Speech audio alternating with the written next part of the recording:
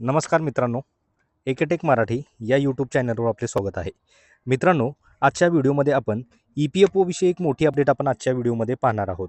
तर यामध्ये मित्रांनो आता PF खातेधारकांसाठी एक आनंदाची बातमी आपण आजच्या व्हिडिओमध्ये पाहणार आहोत. तर यामध्ये मित्रांनो EPFOची 2 मार्च 2026 रोजी 2025-26चे व्याजदर ठरवण्यासाठी बैठक पार पडणार आहे. तर मित्रांनो, काय आहे संपूर्ण अपडेट हे आपण पाहूया. तत्पूर्वी मित्रांनो, चॅनलवर जर पहिल्यांदा आला असाल तर व्हिडिओला एक लाईक आणि चॅनलला सबस्क्राईब करायला विसरू नका.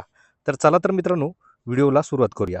तर मित्रांनो, पाहू शकता इथे की यामध्ये PF खातेधारकांसाठी गुड न्यूज आहे. 2 मार्चला EPFOच्या बोर्डाची महत्त्वाची बैठक तसेच व्याजदरावर निर्णय होणार. तर काय आहे सविस्तर माहिती इथे पाहू शकता.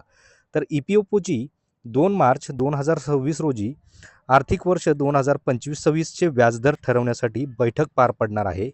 व्याजदर किती राहणार याकडे सर्वांचे लक्ष या ठिकाणी लागलेलं आहे. तसेच पुढे पाहू शकता की यामध्ये EPFO म्हणजेच एम्प्लॉईज प्रोव्हिडंट फंड ऑर्गनायझेशनकडून महत्त्वाची बैठक 2 मार्चला आयोजित करण्यात आलेली आहे. या दिवशी EPFOकडून आर्थिक वर्ष 2025-26 साठी व्याजदर निश्चित केले जातील. त्यामुळं EPFOचं खातेदारांचं लक्ष 2 मार्चच्या बैठकीत काय निर्णय होणार याकडे या ठिकाणी लागलेला आहे. तसेच पुढे पाहू शकता की यामध्ये EPFOच्या सेंट्रल बोर्ड ऑफ ट्रस्टीजच्या बैठक 2 मार्चला होणार आहे. या बैठकीत केंद्र सरकारचे प्रतिनिधी, कंपन्यांचे प्रतिनिधी, कामगार संघटनांचे प्रतिनिधी उपस्थित असतात.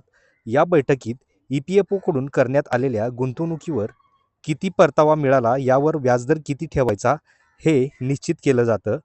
EPFOकडून 2025-26 या आर्थिक वर्षासाठी व्याजदर 8.25% ठेवला जाईल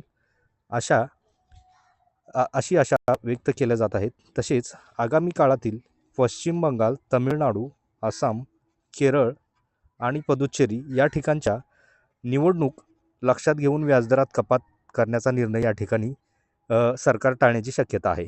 तसेच पुढे पाहू शकता मित्रांनो की यामध्ये रिपोर्टनुसार EPFOकडून 25-26 लाख कोटी रुपयांच्या निधीचं व्यवस्थापन केलं जातं. निवृत्ती नियोजन, करमुक्त निश्चित परतावा यामुळं EPFOचं महत्त्व आहे. बँकेच्या मुदत ठेवीपेक्षा अधिक परतावा EPFOतील गुंतवणुकीतून मिळतो.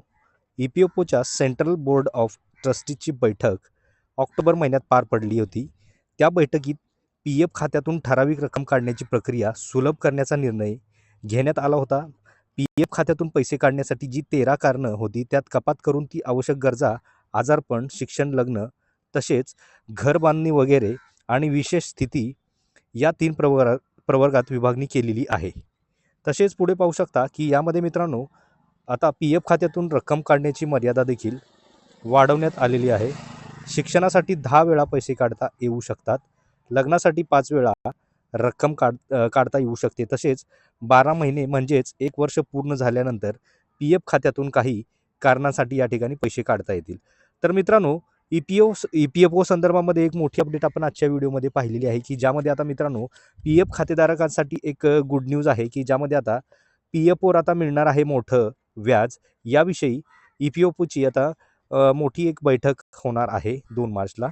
तर मित्रांनो, EPFO संदर्भामध्ये एक मोठी अपडेट आपण आजच्या व्हिडिओमध्ये पाहिलेली आहे. तर मित्रांनो, ही माहिती आपल्याला कशी वाटली, आवडल्यास नक्की व्हिडिओला एक लाईक आणि चॅनलला सबस्क्राईब करायला विसरू नका.